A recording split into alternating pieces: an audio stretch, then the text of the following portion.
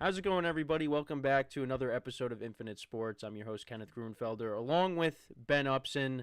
Today, we will be discussing the Knicks and their Game 1 collapse to the Indiana Pacers in the Eastern Conference Finals. 138 to 135 was the final score.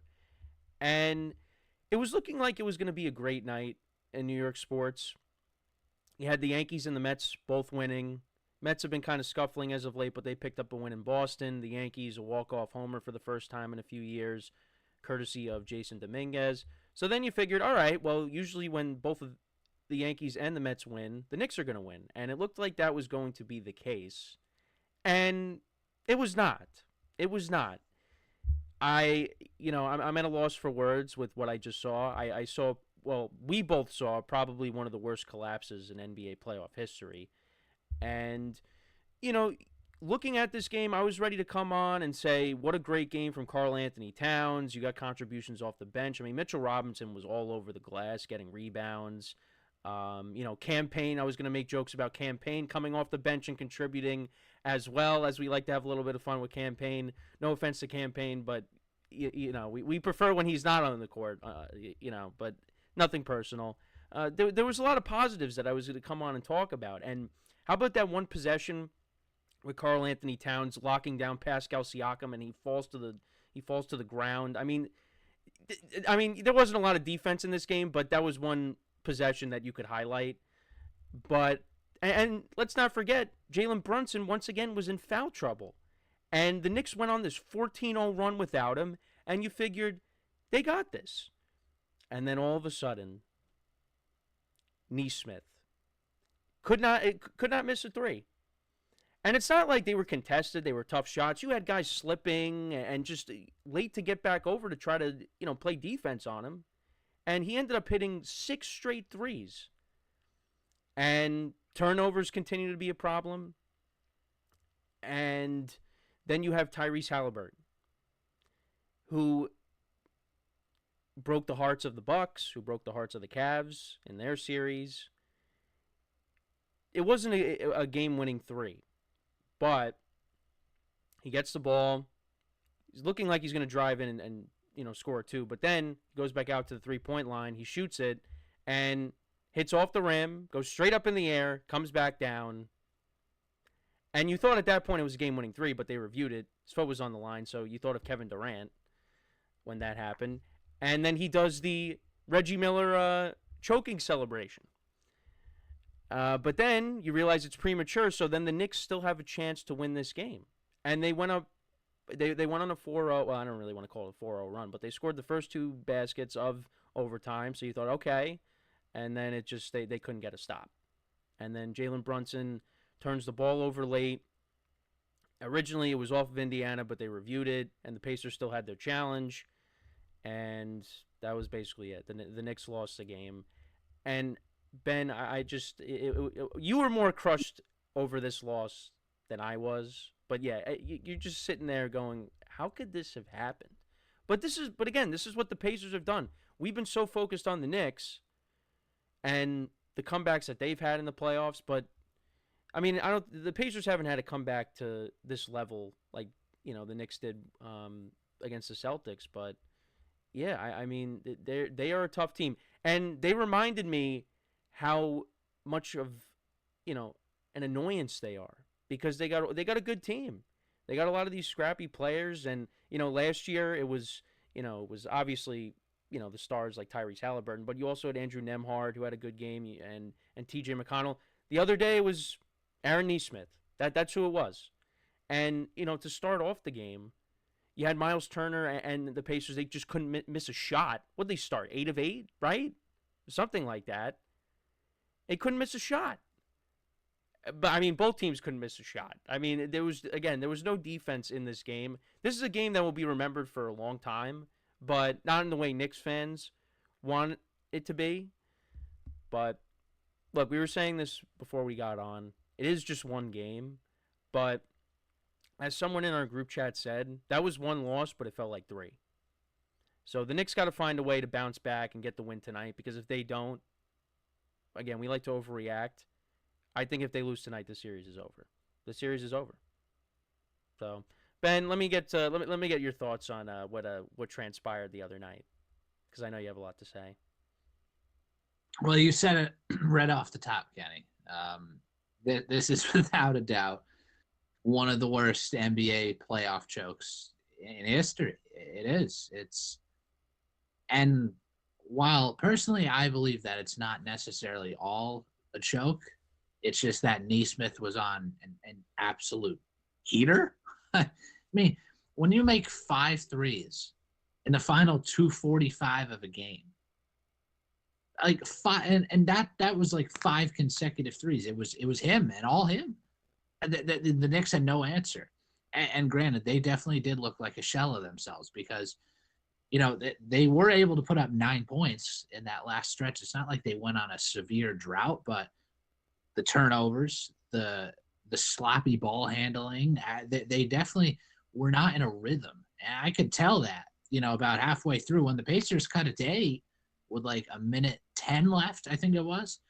It was at that point where I'm like, oh dear, the Pacers really might make a run here. And sure enough, it turned into that. I mean, they were down by 8 with 40 seconds to go. 40 seconds! And the stat that blows my mind and probably blew everybody's mind when they first saw this. You ready? Because the Elias Sports Bureau, this is according to them, teams that trailed by 9 or more points in the final minute of the fourth quarter or overtime in a playoff game entering Wednesday since 1998. They were 0 and 1,414. Guess who turned into the one? The Indiana Pacers. And that right there is enough to tell you why that was one of the worst chokes in NBA playoff history. Look, I'm not saying that, the Pacers are a very good team. The fact that people were underestimating them going into this series just goes to show you how much they don't follow Indiana Pacers basketball because this team is deep. They shoot the ball, with a lot of confidence. They're never afraid to pull up from anywhere on the court. Not going to lie, they might be better than the Boston Celtics right now. Are they better on paper? Certainly not. But are they playing better than what the Boston Celtics did? I mean, absolutely, based off that game one. They put up 138 points. And, the Knicks put up I believe their 135 points were tied for their third highest in a game this season. And they lose. They walk out with a loss.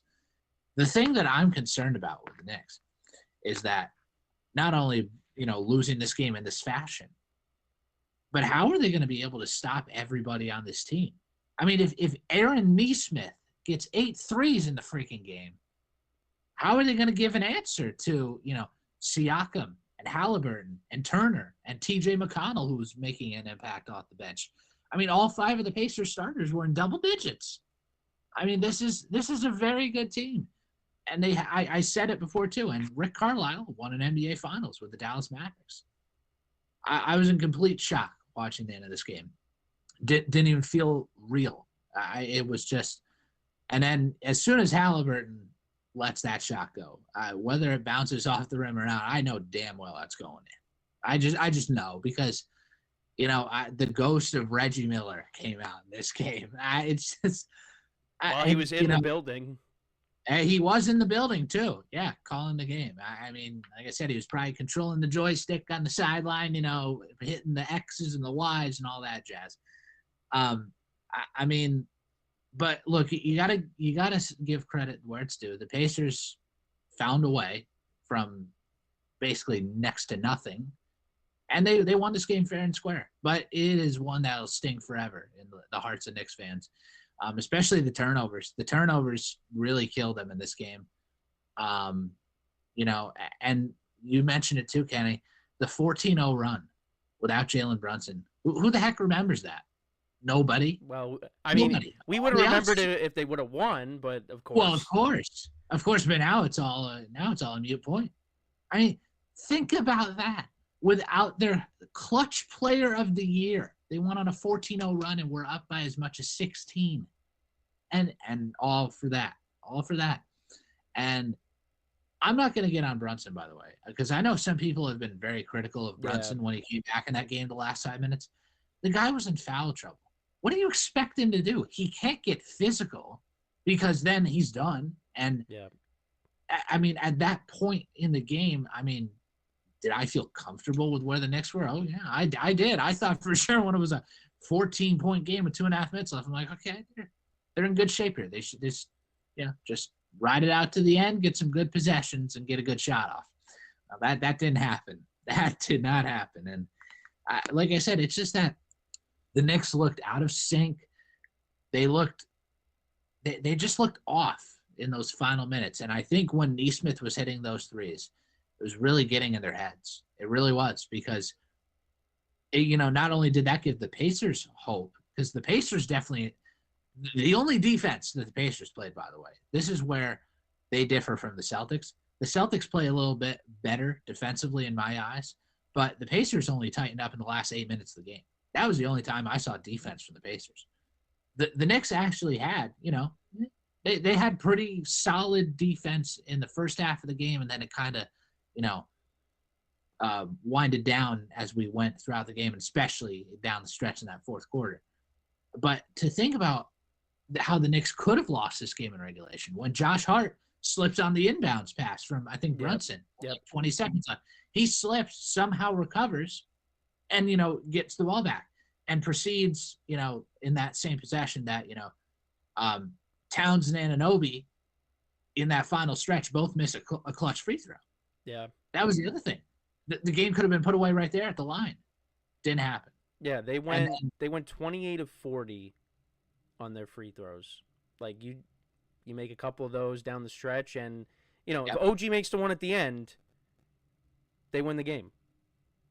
very likely, because it would have been a 3-point game with 7 seconds left, and Halliburton would have been forced to take one from beyond the arc. And if I were the Knicks, I would have fouled, but that never happened. And I'm glad you're not the only one, Kenny, that was thinking of Kevin Durant when his foot was on the line, because that was exactly what my mind flashed back to. I mean, I still remember watching that game. That was the same night. You talk about great nights in New York sports. Yeah, Could with the you imagine? Islanders.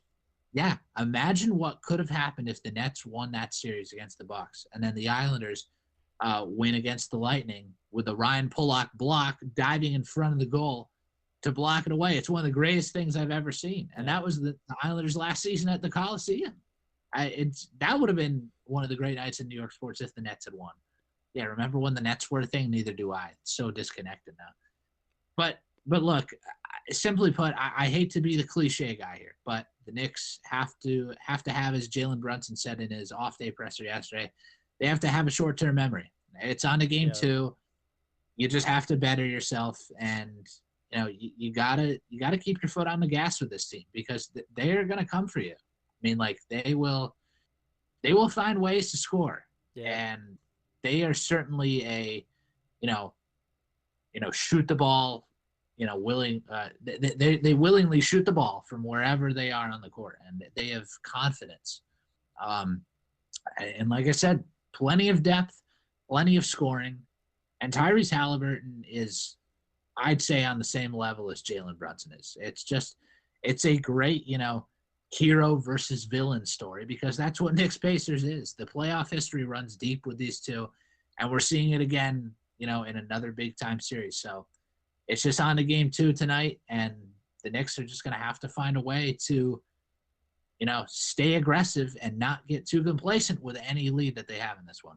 yeah, yeah. No, definitely. And you mentioned the turnovers. They had 15 to the Pacers 7. Pacers off of turnovers, 27 points to the Knicks 4 points off of turnovers. It's not good. It's not good. It's not what you want. Also, one more stat that I'm thinking of now that you bring that up. So back to the 0 and 1,414, right? Teams in the final minute with a 9+ point lead. Teams with a 7-point lead in the final 50 seconds of a game are 4 and 1,702 in postseason history.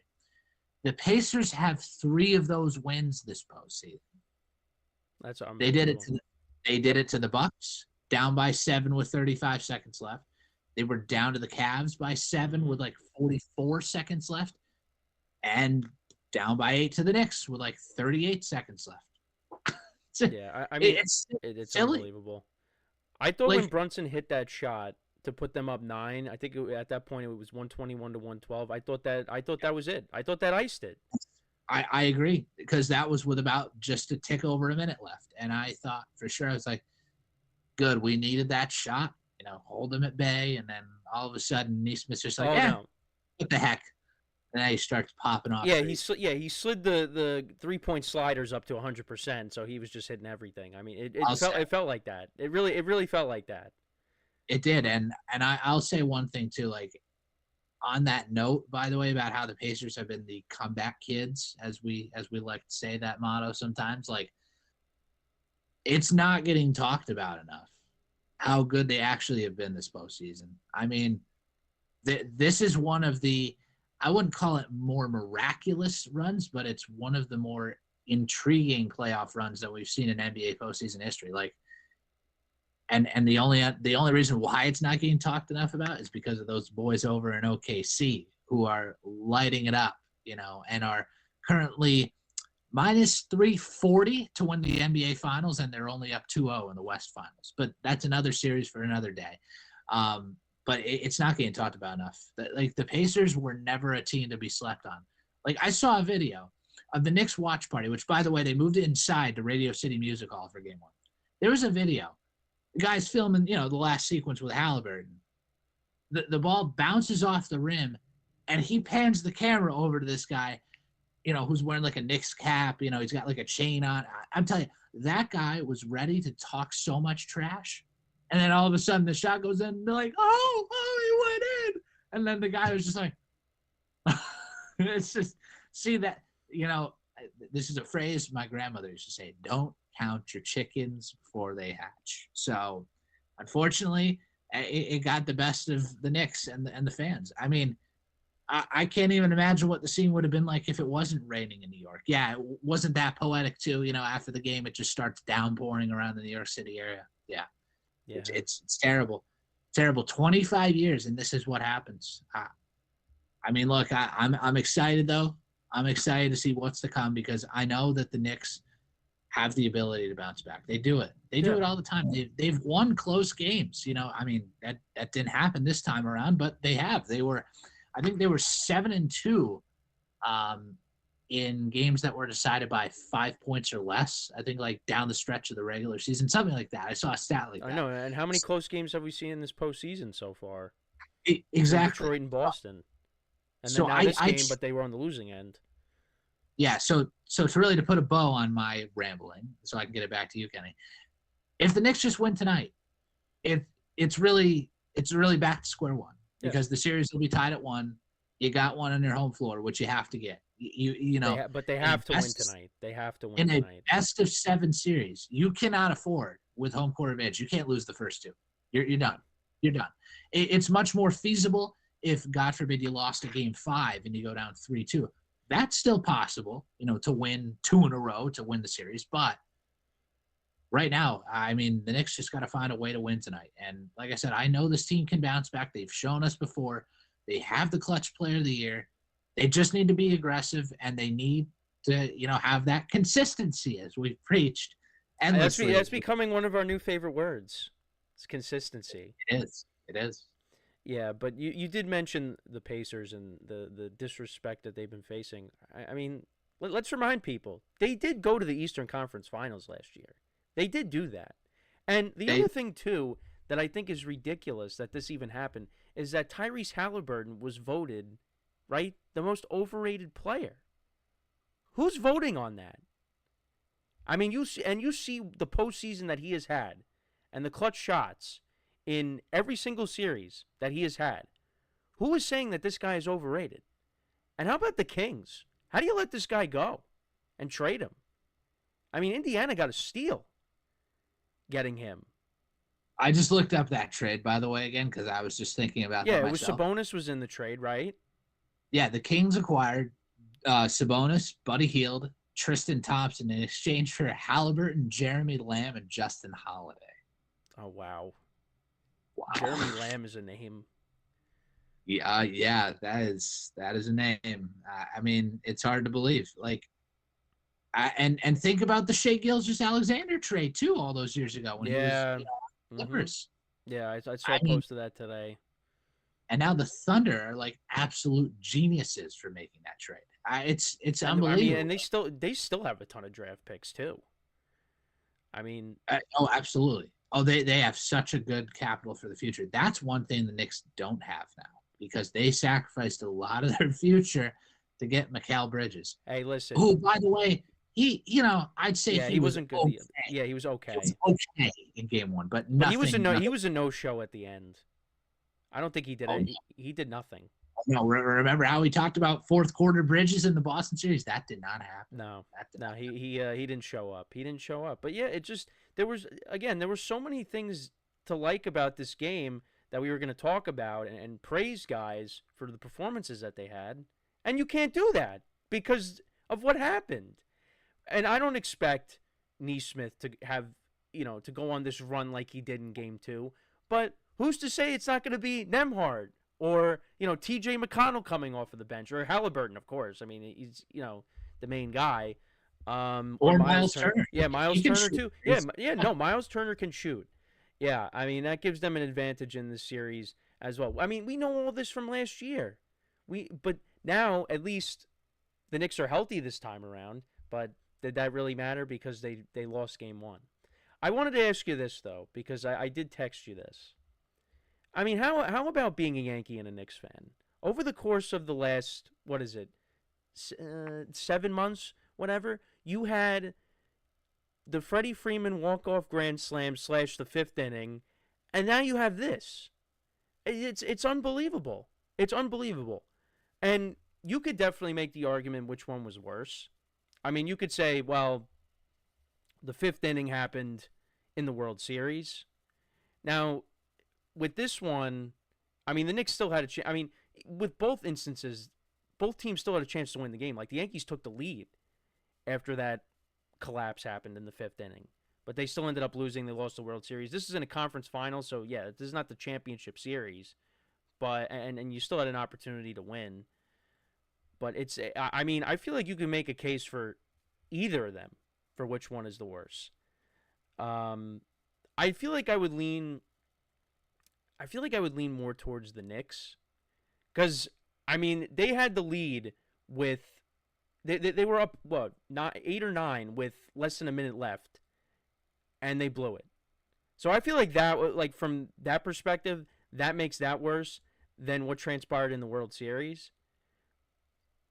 It's just unbelievable though. Like if you're a New York sports fan of both of those teams, you got to be miserable. Yep. Yeah. This guy right here. Yeah. You know, it's great that you posed this question, Kenny. I've been thinking about it a lot lately. In these last 36 hours. Well, you told me you And, were staring up at the ceiling. You couldn't go to bed yet. oh my God, how did any Knicks fan go to sleep Wednesday Yeah. night? How could you? It took me forever. It's just I all I just see is Tyrese Halliburton putting his hands on his neck, putting the Reggie Miller choke sign. That's all I can see in my brain. It's like Yeah. Well, I even had my mom after the game saying that sorry that happened. I'm like, don't say sorry to me. Say sorry to my friends who are bigger Knicks fans than I am. I mean, like yeah, I consider myself a Knicks fan, but there are people that had to deal with all of the the starting lineups the graphics that we saw over the week. Well, over the course of the week leading up to this game. It's like they've been in the grind more than I have with the Knicks. I come, hey, if the Knicks are good, I'm going to pay more attention to them. If they're not, then yeah, maybe I'm going to pay less attention to them. But yeah, I mean, it was awful for me, but I mean, it was a lot worse for the people who are more so Knicks fans than I am. It was bad. It was bad. it was, and like honestly, just think about this. Like Freddie Freeman hits that walk-off grand slam in Game 1 of the World Series. The Knicks choked a 14-point lead in Game 1 of the Eastern Conference Finals. Please don't tell me that the scriptwriters have something up their sleeve for Game 5 because I can't take it. I Oh, can't take it if that happens. it's gonna I happen. do not. It's gonna happen in Game 5 of the series. That's gonna I be do not want to see anything like that. I mean, yeah, if I had to pick one, I'd have to go with the Knicks. I mean, I know the Yankees, collapsed on the biggest stage in the World Series, but the Eastern Conference Finals is not like a knockoff in any way in the NBA. It's a huge series. Yeah, You're part of the final four teams standing, and the fact that you collapse like that in that fashion, it was just like, wow. I couldn't believe it. I mean, it was literally Reggie Miller 2.0, and of course, all the Pacers fans are in their element now. yeah, They think they won the series already based off that game. yeah. You know, and it's like, just let's hold on there a second. There's plenty of basketball to be played. Um, but yeah, I mean, you talk about an unbelievable 7 month span. It is Yeah. just miserable. I mean, like I and like I said, that game alone, the 14-0 run without Jalen Brunson felt like it happened 100 years before that Halliburton shot, because everything that progressed up to the Halliburton shot was just fresh on our minds, and all of a sudden you're starting to forget about the 14-0 run without Brunson, and then the game goes to overtime, and then it's crazy. It felt like it was a separate lifetime that the Yeah. Knicks made the I 14-0 know, and run it's without. not the first time that they've, not necessarily a 14-0 run, but even in the Boston series when Brunson was on the bench, they got within striking distance against them. I forget which game it was, whether it was game one or game two. And then Brunson comes back in, and they come back, they close the game out, and they win. So you kind of figured that was going to be the same thing here, and Yep. it was not the case. It was not the case. No, it was not. But yeah, and honestly, like I said, I'm going to reiterate it again. Like, I think we got to stop, giving Jalen Brunson so much flack, because some people were really upset with him, not being physical and being sloppy down the stretch. He It's finished with because 43 points. right, right. I know. It's like the reason was you could just see, any fan could see that he was being conservative because he wanted to be out there for his team. You No, know, do you think if you asked Jalen Brunson, would you rather foul out or would you keep playing to, fight with your team? He choose the fight 10 out of 10 times. So you could just see that he couldn't, get physical with his primary defenders. And he was kind of trying to bounce off of them and, draw some fouls. And, he had those, couple turnovers too. And it's just, it happens, unfortunately. Like, it's surprising because this doesn't happen to Brunson this often. He usually doesn't get into foul trouble. I Usually know, it's but now this Cat. is two of the last three games that they've played now that he's gotten into foul trouble. I know, which is a very concerning sign. Usually it's Cat they have to worry about. Yeah, Now Brunson's going to be getting into foul trouble. Yeah, that's not going to be fun. But like we've been saying, Kenny, it like I said, it's just one game. It's the one game. Short-term memory. You got to move on in a best-of-7 series. You just have to. Because yeah, if let's think of it this way. Okay, the Knicks lose tonight and they're down 2-0. I think if that happens, they would have to steal both in Indiana just to get back in the series. Because, like I said, the Pacers can overwhelm you. They clearly did down the stretch of game one. So, if you can't get them while they're down, they find a way to get back up most times. And they did that. I mean, that's why it's just like, like it was said in our group chat, one loss equivalent to 3 losses. It really does feel like that. You just feel crushed and deflated. and that's Like, exactly how I felt after the Freddie Freeman walk-off grand slam. oh yeah, I tell you. I mean, the eerie part too about both of those games. Well, Freddie Freeman was a pretty instantaneous, collapse. This was fast, but it wasn't instantaneous. But it's just crazy. I mean, I really can't say much more about it because I'm just still in shock. I don't even know. Like, I know. Yeah, like I said, we're at a loss for words. What happened? You just but it's just the magnitude of the moment, in that the city has been waiting a quarter of a century for this team to come around and play in an Eastern Conference Finals game, and we get treated to that. I mean, if you're a neutral fan, by the way, the NBA. Are you freaking kidding me? How does it get any better than that? Like, I think game one was the peak of the series. It literally can't get any better than that. Unless they In my score eyes. like 170, they go into I triple mean, overtime. the only thing that could happen, which wouldn't be great because I'd have a heart attack, is if the Knicks were somehow down 15 tonight and they came back to win in overtime. But I don't want that. I don't want that at all. So, no. Just don't But have the Pacers come out and start 8 of 8 from the field, please. that's the thing too. They Get can't set stops. the pace. They can't set the pace, literally. Yeah. And I'll tell you right now, obviously, I'm a sports fan. So, Really, you are? I didn't realize that. If for some reason, if it's somehow OKC and Indiana in the NBA Finals, like, that's a series that obviously I would enjoy. I don't want it to happen, of course, being a Knicks fan. But I'm just saying, people are talking about how, the NBA doesn't want Thunder Pacers.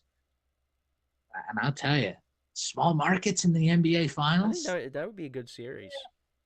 It would, yeah, it would be a fun series. I'm sure the NBA doesn't want that though. Could like the ratings the NBA would get if the Knicks could get into the finals.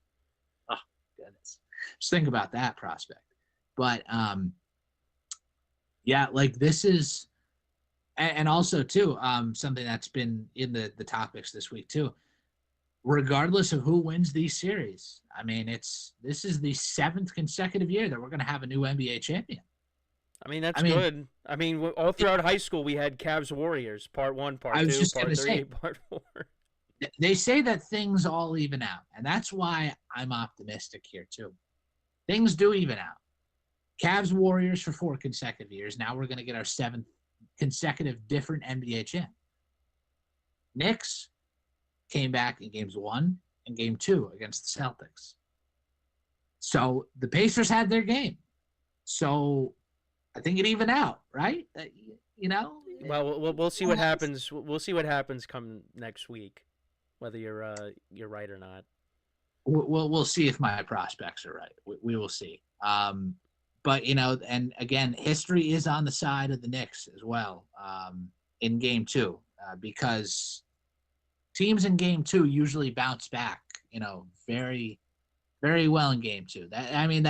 That happened to the Celtics for about 37 minutes, and then the rest is history, as they say. I gotta find this quick. The Knicks haven't lost back-to-back playoff games this year, correct? They didn't in the first round. They have not, and so that's another reason to feel optimistic. Right, and they have 5 road playoff wins. Yep. That's definitely something. We want to see them get some home wins too, which we did see that. We would love that. Yeah, we would love that. But yeah, according to ESPN stats and info, okay, the home teams that are down 1-0 in a playoff series are 20-7 against the spread and 21-6 straight up. So just to win in the last 5 postseasons dating back to 2021. Excluding the bubble in 2020, 87-22 straight up since 2000. So history is on the Knicks side tonight. Like I said, they just got to go out tonight, and they have to. I don't think they have to change anything, honestly. Well, I would say play better defense. That starts there. Get some stops, like I said earlier. Well, yes, but in terms of like their game plan, which was working for the first 3.5 months, yeah. No, I will say. I will say because when you look at the first 2 series, right, between the Pistons and the Celtics, a lot of the possessions, right, were absolute grinds to get points, and I felt like early on in this game they were scoring at will, and if they can continue to do that throughout this series, then you got to feel good. Now, obviously, the collapse happened, and you don't feel good about that. But if you have these easy possessions where you're able to get to the basket and cash in, you got to feel good. But like I said, you also got to play some defense, and you have a defensive-minded head coach in Tom Thibodeau. You gotta get some stops here, all right? Guys got to stop slipping and sliding and get back and guard their man. Otherwise, you're going to have, whether it's Neesmith or somebody else, hitting those threes constantly. We can't have that. We can't have that. You got to get stops. Play better defense. And the other thing I do worry about is, Jalen Brunson had 43 points. Karl Anthony Towns had 35 points. and they still lost? What if Cat has an off night? Again, we go back to consistency. Are we going to get the good Karl Anthony Towns, or tonight are we going to get the bad Karl Anthony Towns where he's a no-show? What is it going to be? Because I don't know if he's going to be able to put together back-to-back performances. That also worries me. But then if that happens, does Mikal Bridges step up? OG Anunoby, who's it going to be? So that's another one of my concerns as well is, can we get consistency out of individual players? Can Karl Anthony Towns go out there and put up 30-plus points again? Because Brunson, he's the one that we worry about the least other than the foul trouble, but we need somebody else to step up along with him. And Cat was that in game 1. If he's that in game 2, great, but we need somebody else. We need everybody to contribute. When the starting lineup when everybody contributes in the starting lineup, how many times do we say this? They usually fare well. They usually win. So, and Mitch is doing his job coming off the bench. Deuce, I think, has shown you, signs of encouragement over these playoffs. So, and Campaign. Hey, he has good game ones. We'll say that. We'll say that's not it. more so in the Pistons series, but he did contribute off the bench in game 1 in this series. But yeah, that's just really what I'm looking at. I guess it's easier said than done, but and also make your free throws. That's why free comes first. You got to make them. Mitch, we understand. We get it. All right, but for everybody else, Karl Anthony Towns, OG, you have to make your free throws. Brunson, he usually makes all of them. The other guys, if we get into a situation like we did the other day in crunch time, you have to make your free throws. You can't be shooting 70%. Got to be higher than that. No, yeah, definitely not in an NBA playoff game. It's unacceptable. But yeah, Kenny, you talk about Brunson and Towns and getting the complimentary, scoring from everybody else on the team. I mean, the TNT guys were alluding to it as well after the game. It's like, Brunson has his 43 points. He's 15 to 25 from the field. Cat had 35 points, 12 rebounds. The offense was really solely going through them.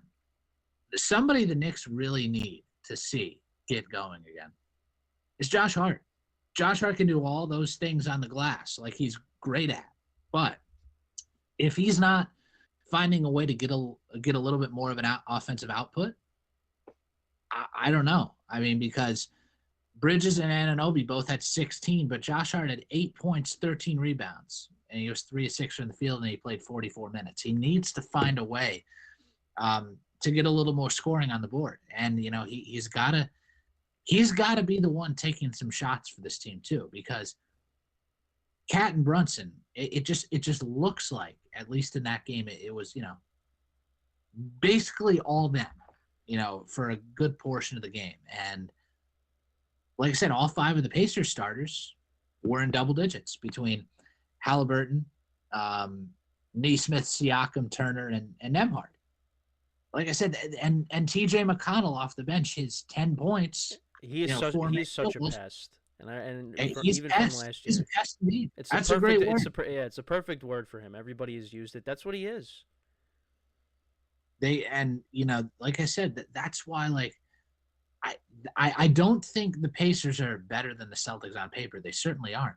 But right now, and the way they've looked throughout this postseason, it's very arguable to say that they could be better, just in the rhythm that they have offensively and the shots that they're getting up.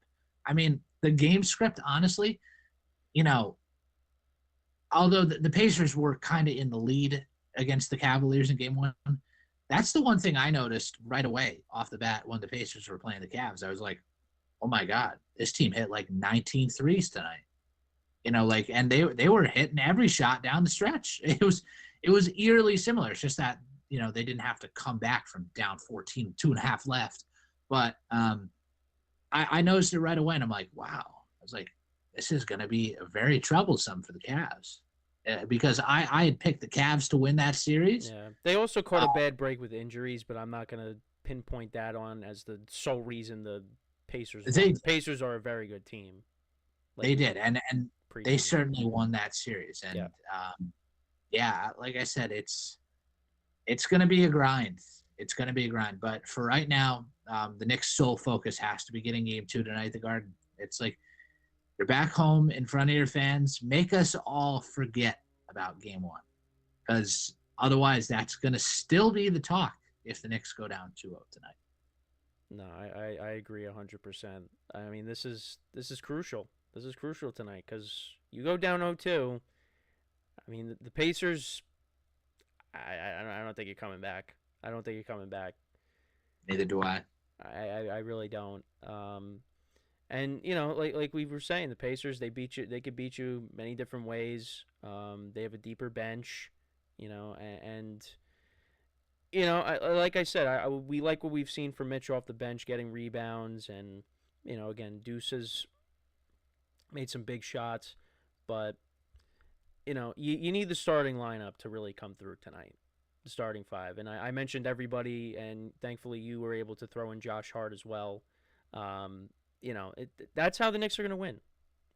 Their starting five has to come through tonight. Everybody's got to have a big game, and again, usually when that happens, they win. So I'm going to say the Knicks do bounce back tonight and win, and we go back to Indiana, series tied at 1 game apiece. But you got to be nervous. You got to be nervous. And, while that's going on, I will also have the Yankees on who will be playing the Colorado Rockies. We shouldn't be sweating that out, right? Because the Rockies are so bad. They are so bad. I'm just waiting to see if Aaron Judge is going to hit a 500-foot home run at that altitude. That's all I'm wondering. Maybe. I mean, the Rockies, they can't pitch. They can't hit.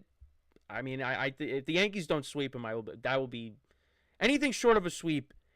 I will be disappointed. And Kyle Freeland had the audacity a couple of weeks ago to say, keep riding, keep believing in us. About what? The Rockies are 20 games out of a wild card today. It is May 23rd. It's May 23rd. Yeah, yep. Yeah. They fired their manager. They have 40 losses. I mean, and it's amazing that this team. Wait, one quick thing, though. It's amazing that this team made it to the World Series this century. It is really amazing to say that. Yeah, and now they didn't win it, but they did that. I didn't realize either, too, that Bud Black was like the 3rd or 4th longest tenured manager in Rockies history. Yeah, he's been there for a while. What? I didn't realize how long he'd been there. I only thought he was there for like 4 years. And I saw because Yes had the graphic up. They are on pace. I don't know if you saw this. They are on pace. You ready for this? For 26 wins. Oh dear. And I thought it was bad when the White Sox last year at 41. No, the Rockies said, "Hold my beer." Yeah. Well, yeah, Coors, yeah. Right. I'll tell you that much, because it is ugly. It is ugly in Colorado.